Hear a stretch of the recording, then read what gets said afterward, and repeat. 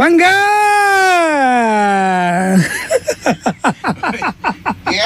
Yes. Sorry na. Wait lang. Hindi pa rin ako. O, yan ang ginagawa mo dyan. Tayo na.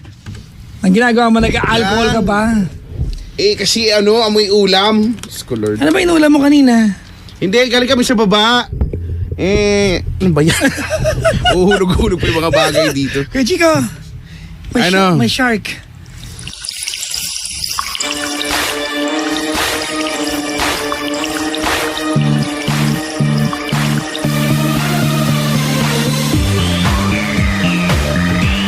Buti pa yung shark, merong Merong dudu. Nakakainit na talaga. Amoy ulam talaga ako ngayon. Hindi ko talaga Ay, naka. naibigan yung mga Okay lang. bagay-bagay. O sa bagay, no, may mga taong they cannot stand the smell of kitchen. Hindi naman, okay lang. Kaya lang kasi kapag halimbawa may mga ganyan, di ba? Pupunta ka restaurant, kakain ka. Tapos yung amoy mananatili sa katawan mo, sa damit mo, sa buhok mo. Ayoko talaga nung ganun. Pag pizza house, mostly. Ayun, wala. Irritable ako hanggang sa mawala siya. Papasok ka sa pizza house na amoy tao, lalabas ka kami pagkain. Oo, no? Sa lahat ba gano'n? Hindi may mga restaurant naman na hindi. Hindi naman lahat, Depende siguro sa ventilation sa kusina. Actually, yun. Ventilation. Kasi yung minsan, yung iba, yung lutuan, kadalasan naman nakahiwalay naman. Dapat naman, di ba? Nakahiwalay. Yung kumbaga, yung talagang close talaga. Hindi, yung iba makikita mo eh. Di ba makikita mo? Pero ano ba yung mga kainan talaga na sadya ka mag-aamoy ulam? Shabu-shabu. Mga shawarmahan. Di ba? Tsaka shabu-shabu. Di ba kasi lulutuin mo sa harap mo? Sa harapan mo, ganyan. Oo nga. Gusto mo, tumalikod ka. Kahit na, sa mga sisigan, ganyan din. Sisigan, Yung paglapag pa lang sa harap mo, maliban sa napasukan na dahil tanga-tanga ka. Kinamaka mo. Oo naman. Hoy, naalala ko yan, noong unang beses na humawak ako ng sizzling plate. High school days pa to. High school days ko. Sa may Alabang, naalala ko yan sa may food court. Yung hindi ko pa alam, yung buong giliw ko pang kinuha yung sizzling. Di ba yung sizzling plate, nakapatong yan sa may makapal-kapal na kahoy. At yun yung hahawakan mo ngayon, di ba? Kasi tinry kong hawakan yun, nakapaso talaga eh. Tapos habang binibitbit mo siya, yung alam mo, nagsisizzle pa siya, yung gumaganong. Gano'n naman talaga siya serve, di ba? Gumaganong pa siya, tapos tumatalisik-talisik pa sa kamay mo. So, ang layo-layo pa nung pupuntahan kong table, di ba? So, napapaso na ako sa, ewan ko ba? Pero yun, at saka hindi, noong una kong kinain yun, yung sizzling something, hindi ako nag-enjoy kasi. Bakit? Napaso lang din ako eh. Kasi doon ka nakafocus. Ang init kasi hindi, bukod dun sa napaso ka sa kamay, napaso ka din sa bibig. Kasi sobrang init kaya nun. Gusto mo palamigin kasi muna ng kaunti, bro. Gusto ko ang mainit eh, kaya nga ako umorder ng sizzling eh. Hindi, kasi di ba, actually, yung sizzling talaga, yung mismong plate, nakasalang yan eh. Kaya nga pinapaapuyan pala talaga. So yung final stage ng pagluluto, dun maluluto sa Oo. So yung sisig, pagpatong dun sa sizzling kailangan plate, haluin hindi mo. pa siya luto talaga, yung mismong plato na luluto sa kanya. Sabi ko, hindi ko gusto yung kanin na tutong dun sa sizzling plate kasi diba, pag hinalo mo, ang tigas na nung ilalim kasi tama, kasi dumikit na. Naluluto na siya, diba? Unless ang kinaya mo sizzling ay dilatan ni Coco Martin, ganyan. Bakit? Diba? May sizzling siyang yun ba yun? Wow, ulam. Oo. Yun ba yun, diba? Nakikita ko yan eh, sa may Estex meron yan eh. Tapos sa kadugtong na sabihin mo pagkatapos mong kainin niyo ang ulam. Tandaan mo, there was never an us. Ano ang pelikula yon? Angeline Kinder yan. Pero kaya tayo dati yan eh. There was never an us daw. Ay, Bangga, good evening. Happy Friday, Geji. Happy Friday. Happy Friday, Papa Jackson. Kamusta ang inyong maghapon ng... Ang ating maghapon ay magkakasama naman din tayo. Very, I would say, fruitful naman. Fruitful naman. Ayan, Batiin natin ang mga taga Benchokoy Taxi. Ano ba? Benchokoy? Benchokoy, ayan. Kanina pa ako nagkakamali. Sa may Santa Quiteria. Sa may Baysa. Baysa Caloocan. Baysa Caloocan. Ilang sa inyo sa mga kuya dyan. Kanina nga napansin ko talaga yung, bago ka pa dumating, yung pa-sound system ni kuya doon sa taxi. Nagsabay pa sila. Yung isa malakas na nga, bumabayo-bayo pa talaga. Yung isa hindi rin nagpatalo. Nilakasan din niya ngayon. So, ang lakas-lakas nung maalingaw ngayon Energy FM kanina doon talaga. Iba Kaya din. maraming thank you ha. At Kaya we're nga, loud and clear doon. yung mga drivers dyan sa Bencho Koy Taxi. Kamusta kayo dyan? O, dahil nagsama-sama tayo kanina, tandaan nyo ha. Mabatiin namin kilo po sa inyo lahat ha. Involved na kayo dito. Oo ha. Interactive naman kasi to. Actually. Interactive dito. Actually, no. Hello sa inyo ha. Magandang gabi sa lahat ng mga naubusan ng pabango kagaya ko. Kaya siguro medyo irritable din ako dahil naubusan ako ng pabango. Kaya ba yung amoy mo ngayon? Hindi, yung amoy ko ngayon siguro alcohol to. Tapos may nakita akong pabango doon sa may DJ's Lounge. Kaya Malamang, pala amoy amoy linsay ka. hindi ko yung ginagamit. Sumakit nga ulo ko, promise. Sorry naman. Sorry sa may-ari ng pabango. Ayoko yan. Ayoko nung... Mabango to. Ayoko nga eh. Bakit ba? Wow, nagpabango talaga siya dito live. Try mo nga. Ayoko! Sige na, 60 ka per spray eh. Ayoko, bakit mo ako i-spray niyan? Hindi ako gumagamit ng panlalaking pabango. Bango no? Sakit sa ulo. Amoy masarap lang tuloy ako.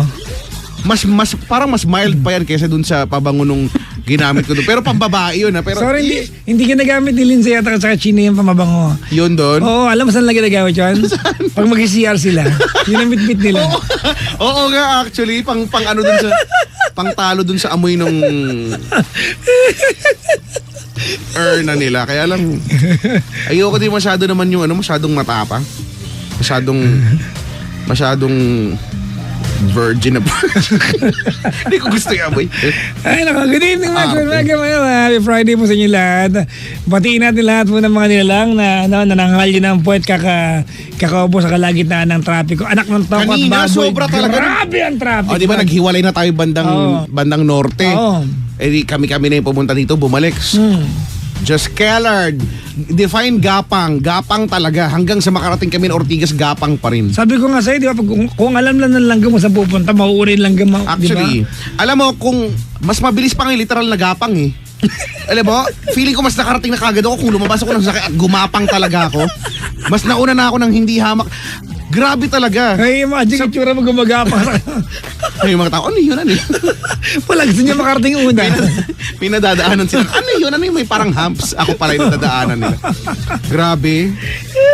Tapos yung mga bus, kung makasiksik, akala mo ang liit-liit nung daladala nila. Kaya nga, wala. Panawagin lang po sa mga bus drivers. Aminin na natin, di ba? Real talk na lang. Ang dami sa inyo mga bully sa kalsada. Oh, it's cool. Yung, alam mo yung naka-slanting na siya doon. Alam mo yung traffic na slanting ka pa dyan. Magmula sa pinakakaliwa, gusto mo sa pinakakanan. Anong klase to? Ay, may kakwento ako sa Kuya Chico. Ito, lately, it has become a bad habit of Filipinos. Ano yan? Yung we are so used to using our camera phones, di ba, as a weapon / tool to humiliate someone. Lately, ang dami ng mga coups sa ganitong para. Lahat na lang ng bagay videoan, tapos ititretan ka na, it will be uploaded online para mabash ka ng tao. Well, at alam mo ba na yung iba dyan, yung iba, unahan na lang. Kung sino yung may kasalanan, siya yung pa yung unang mag-video. ito yung it happened. I was a victim of that last week. Hindi ko alam ano. I was driving sa Makati. Kasama ko ako, si best friend, si nanay ko na ni best friend. Sa Makati. Brad, di ba may date? sa kalagitnaan ng green light, brad, intersection, may nagbaba ng pasahero. Sa kalagitnaan, sa may jeep sa unahan, nagbababa at nangasakay ng pasahero. Ayaw umalis, Brad. Green light, ha? Ayaw tumabi, Brad. Tapos sa likod niya, may isa pang jeep na nakabuntot na siguro nag-aabang din ng pasahero. At nandun ako sa likuran. I was driving. Brad, binusinahan ko. Natural reaction kasi nasa gitna ng daan eh. They were interrupting the traffic flow. Binusinahan ko. Siguro bilang ng beep, siguro mga 1, 2, 3, siguro mga 5 sets of 3-second horns. Di ba? At eto brada, meron nakasakay doon na matanda. Si Daddy tanga din minsan eh. Baka nakikinig tong to. Alam mo ginawa niya, nilabas yung camera niya. At binidyoan yung sasakyan ko na nagbubusina. Okay. Pinakita niya talaga sa akin, binibidyoan niya ako. O, di ba? Eh kasi yun yung mga ang maiinit ng ulo, yung mga pasahero. Di ba? Ito mga panggaano. Real talk tayo. Alright? Pag nakasay ka sa pampublikong sasakyan at nabusinahan yung pampublikong sasakyan mo, Hindi naman ikaw yung binubusinahan. di ba? Ng isang pribadong sasakyan, ang common na sabihin ng mga nakasakay sa jeep, especially Mayabang. jeep. Mayabang naman ito. Palibasa mayaman. Mayabang, lumipad ka! Real talk lang. It has nothing to do with owning a car. It has nothing to do with your perception of discipline. Sa lahat mo na nagsabing, yabang naman nito, palibasa may sakyan, pero alam niyo mali na sakyan yung jeep, read my lips, tanga kayo lahat. Bobo. Kaya hindi tayo umuunlad, may mga kagaya mong gago na bobo pa. Totoo lang, real, alam mo, napipigot ako sa Pag ganyan. nagkaroon din naman ng sasakyan, malamang sa alamang ganon din gagawin Hindi, wala niya. naman actually, walang kinalaman baka nga niya. niya mas malupit pa. Walang kinalaman yung pagkakaroon Hindi ng kasi, sakyan. Indisiplina. normal kasi yun dahil nga, normal Daanan yun yan eh. Kahit naman sino magbubusina naman siguro talaga, di ba? Daanan yan. Di ba? Meron pang sisigaw, lumipad ka. Lumipad ka. Tanga ko, Tapos, pwede ko lumipad, lumipad ako, boplox ka ba? Tapos, hindi ko alam kung doon ganyan yung eksena. May mga ganyang klase na intersection na sa bandang unahan or malapit-lapit, may mga enforcer. Ano kung ginagawa niyo? Ha? Tatlo pa kayo, apat pa kayo minsan dyan. Yung Skulord! Skulord. Yun na Hindi naman lahat ng enforcers, Si Lord na lang ha? kinausap ko talaga. Hindi naman lahat ng Hindi naman enforcers. lahat, pero may mga lugar talagang ganyan. Aminin na natin. May mga pagkakataon na yung mga lugar na yung enforcers, tinanggap na niya sa sarili niya na yung traffic plus binabantayan niya. Bakit mo tinatanggap? Hindi mo dapat tinatanggap yan. Kumalma ka. Ay, sorry. Diba? Hindi ka, di ba? Example, Kung Buendia. kung sila yung taong unang tumatanggap niyan, ibig sabihin, para nilang sinabi nila sa mga taong bayan, tanggapin nyo na traffic talaga sa Pilipinas at wala na tayo magagawa dyan. Example, Buendia. O yan, Buendia, intersection LRT Buendia. Buendia yan. Buendia, sige, Buendia. Kasi yung Buendia, may Makati part, yung may mga Makati, building, pag Buendia. nasa Pasay ka na, Pag sa Buendia Pasay, na. Buendia na yan. Yung Bago intersection na yan. Look, meron diyang ospital. Oo, Kung no? mamamatay ka na at doon kayo tatakbo sa ospital na yan, mamamatay ka talaga. Andiyan ang mga ospital. Hindi ka makakarating. Daanan nyo ng mga ospital Oh, talaga. Brad. Diba hindi ka makakarating? I'm not saying that they're doing their jobs. We're just saying that it's not enough. May lapses eh. Meron, yun May kasi yun, lapses eh. ang nakakagigil, yung alam mong merong pang kayang gawin. Yeah, I know. Merong pang dapat gawin. At sa atin, For some reason, hindi nagagawa. So, bakit kaya? at sa ating bansa, di ba, we are always keen of trying to defend underdogs kahit mali. Di ba? Palibasa, Just because nakasakay ka dun sa jeep na yon, feeling mo ikaw na yung inaapi. Ikaw na yung inaapi. Ikaw Kahit na alam mo yung driver ng jeep na yan ay mali naman yung ginagawa. At dahil nga, di ba, going back, dahil sa technology ngayon, yan na yung first thing na papasok sa isip ng mga tao na, ay, videohan natin. Di ba? Taka bakit kaya sakay sa gitna ng daan? Ba't di nyo kaya videohan sarili nyo, no? Di ba? Nakasakay po kami sa jeep na may tangang driver. Sana ganun yung Nabusinahan pag-video. po, nabusinahan. Hindi yung Ba't kaya sakay sa gitna ng Binubusinahan daan? po Di kami. nyo yung tumabi. Well, alam mo, it's easier said than done.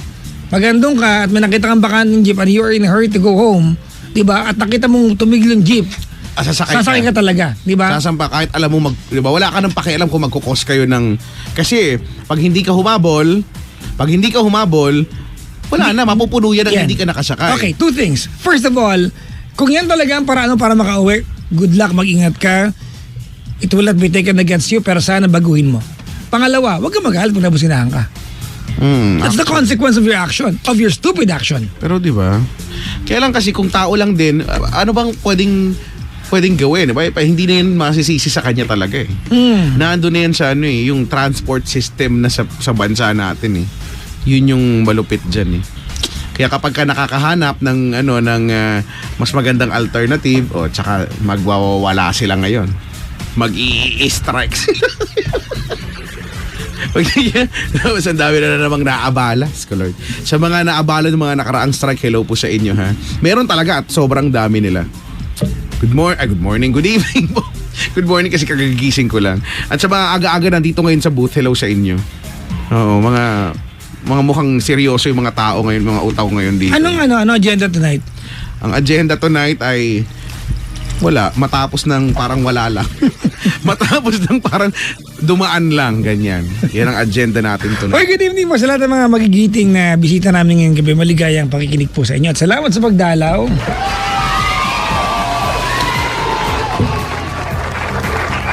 Good evening, good evening, good evening. O, i-follow niyo po ako sa sa Twitter and Instagram, Kuya Chico 1067. Abangan niyo po yung abangan niyo po yung yung mga Facebook live ni Kuya Chico. Finally mga pangga, nagulat ako kay Kuya Chico, nag-Facebook live na po siya. Hindi sa mga anong pagkakataon lang yung pag nasa labas minsan. Kasi ayaw niya po yung Facebook live. Hindi ko alam kung bakit. Yung personal account ko nga, hindi ko na-asikaso. Ito pa. Ito pa. Wala lang ako napopost. Tignan mo yung personal account ko na halos wala na akong pinopost doon. Hindi ko na kung bakit. Samantalang dati, nung bago pa ako mag-Dubai, samantalang dati, pagka may nakairitahan ako sa may, di ba may napansin ako sa paligid. Kasama ka rin pala sa mga sa mga irate warriors sa online. Dati ganyan, may mga, basta pag may nangyaring hindi kaibig-ibig, alam mo, nasa Facebook yan. Tapos, it came to a point, alam mo yun, nanawa na ako, ayoko na. Nakakapagod. Alam mo yun, nakakapagod yung... At saka parang I realize na wala namang pakialam yung mga tao sa pagiging irate mo dyan, di ba? Actually. Baka nga kapag puro araw-araw, puro nega yung mga pinagsasabi mo, hinahide ka na nila, o baka i-unfriend ka na. I-unfollow ka na lang din. Kasi di ba, parang araw-araw na lang wala ka ng ibang napansin, no? Okay lang may dynamics na konti. Oo. Halimbawa, yung iba nag-post ka ng pangit, di ba? Nag-post ka ng maganda, pero yung taong puro negatibo ay sos. Oo, tama. Daming ganyan. Usually, ako doon sa personal account ko na, wag nyo nang i-search dahil hindi ko i-add, huwag kayong dyan. Pasong kita. Talagang hindi ko talaga sila. Mga sinishare ko sa yung mga funny videos, usually, di ba? Yung mga katuwa-tuwa sa paligid, ganyan. Paminsan lang ako nagpo-post ng mga yung mga rants ko sa buhay. Pero ngayon nga, hindi na lang din eh. Ayoko na lang din, nakakapagod eh. Pero may ganyan. Ikaw may kilala ka din, ako kilala ko din. Pareho tayo nakakakita. May ganyan. Sa araw-araw na lang ko. Walang ibang ginawa kundi mang-away online. Di ba? Papaking tape ka na lang. Meron kasing sorry nega. Meron kasing tao na pag nag-post ng medyo critic online, it's at some point objective to for example, Thinking Pinoy. Di ba kung nakamukha ko daw. Actually, ako I follow his vlog and blog. Vlog pala. Vlog tsaka blog. Meron. Okay. Ay pina-follow ko siya. Alam mo na yung kanyang araw-araw pinopost ay critic to someone, to people. Di ba? But it's entertaining at the same time. May objective eh. At some point objectively written. It does not matter kung pro or anti ako ha. I'm just saying, meron siyang, kumbaga, hindi siya yung gumising na buwis at nag-post. Diba? Pinagandaan niya, how will it dawn to you kung yung sasabihin niya. Pero yung mga taong kilala natin na naknantoklay yung parang diba? Mapapaganong kayo. Away niyo magjowa, kailangan mabasa namin. Pakialam namin dyan. Diba? Oo. Anong idadagdag sa buhay namin yan? Kikita ba kami ng kaunti? Kahit 150 per hour? Wala naman. Diba? Which made me realize na if there's one thing din na naibigay sa atin nitong internet and then yung emergence of social media. Yes, So yun yung pagkakataon na somehow sumikat, panandalian. Ganyan, di ba? With your rants, with your posts and everything. Na hanggang dun lang naman din yan. Na-realize ko, ang daming gustong sumikat sa ganong klaseng paraan. Yung talagang, post ako kasi baka sumikat.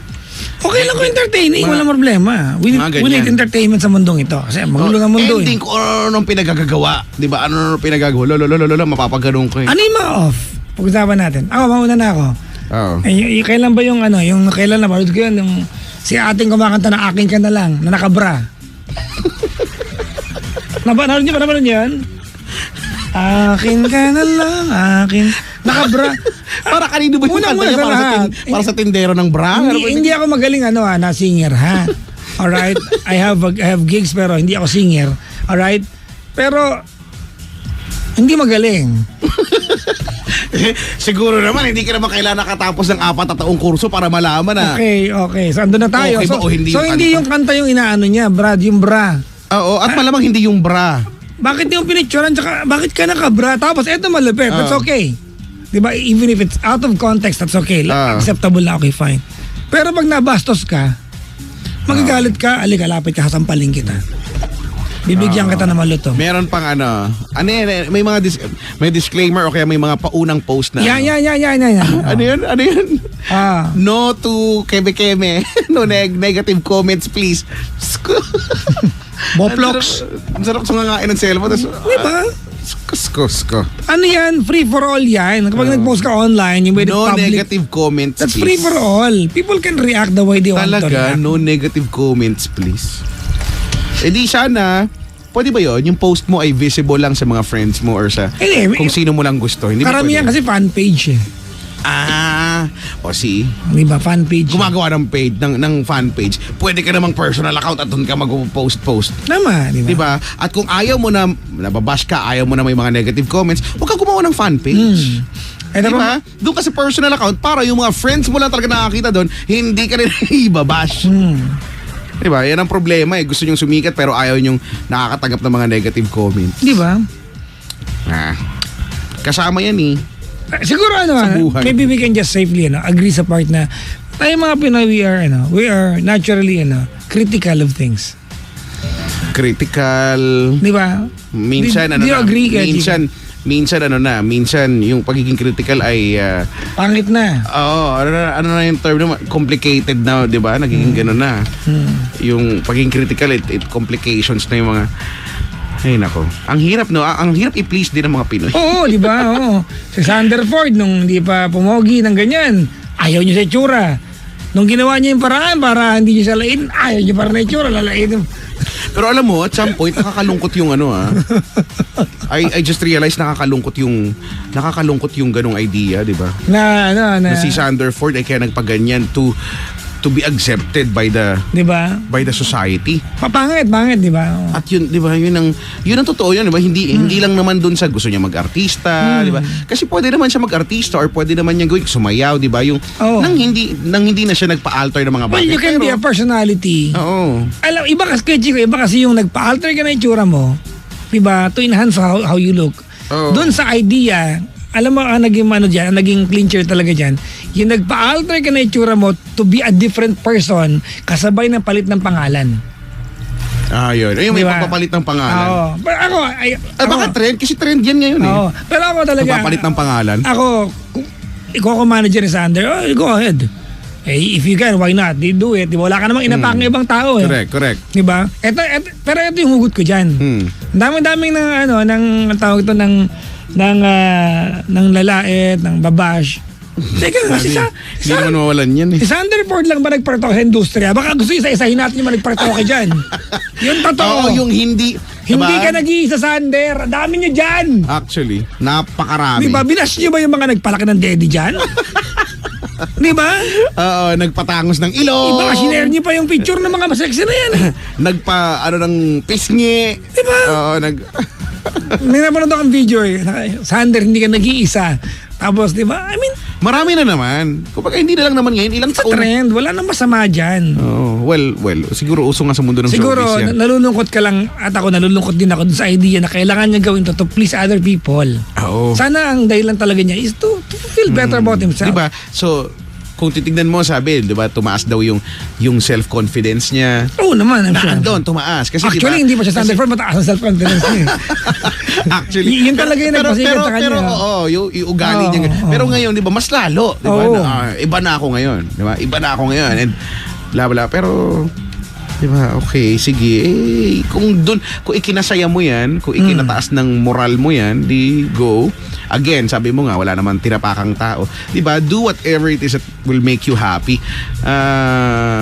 At hayaan mo, yung mga ibang tao, may sasabihin at sasabihin yan. May gawin ka sa hindi. May sasabihin talaga sila. Basta good luck kay Sander Ford. I am not particularly a fan of the guy, but inaantay ko kung anong gagawin niya sunod. Yun na kasi, di ba? Yun na yung reaction natin. Okay, nagpabago na mukha and so what's next? Di ba? Ganyan yung mga tao eh. Ano nang sunod?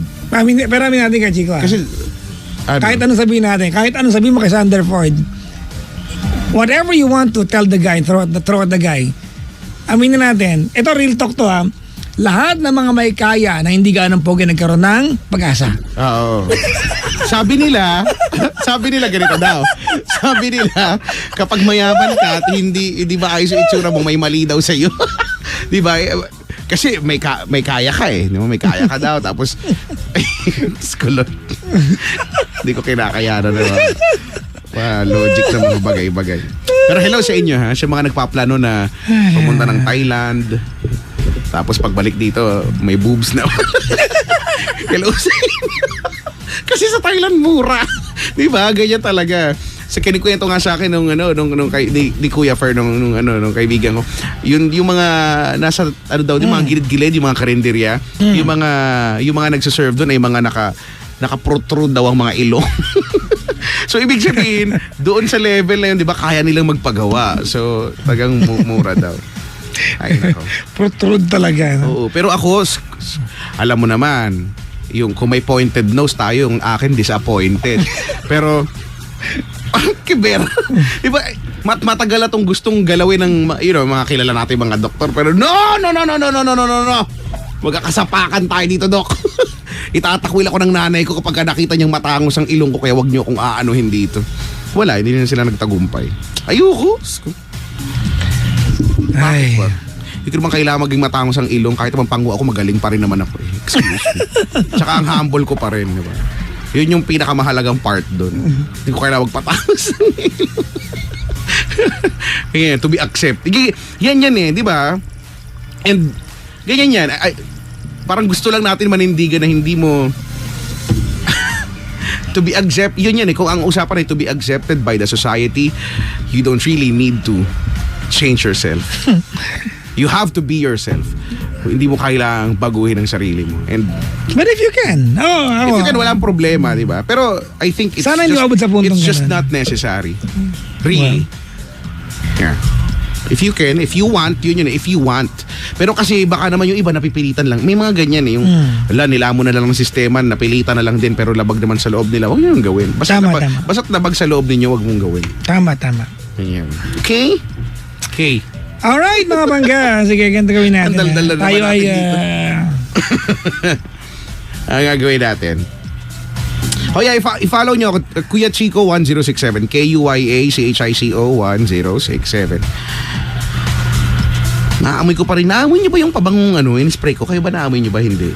Hindi ko naman spray direkta sa akin. In-spray ko sa hangin, tapos nagpatalon-talon ako para. Wow! Nagmalakintan clouds ka. Kasi iyo kay spray eh. Tingnan mo nga, sumakit nga ulo ko eh. Alam mo naman ang arte ko, may migraine nga kasi ako. Sorry na.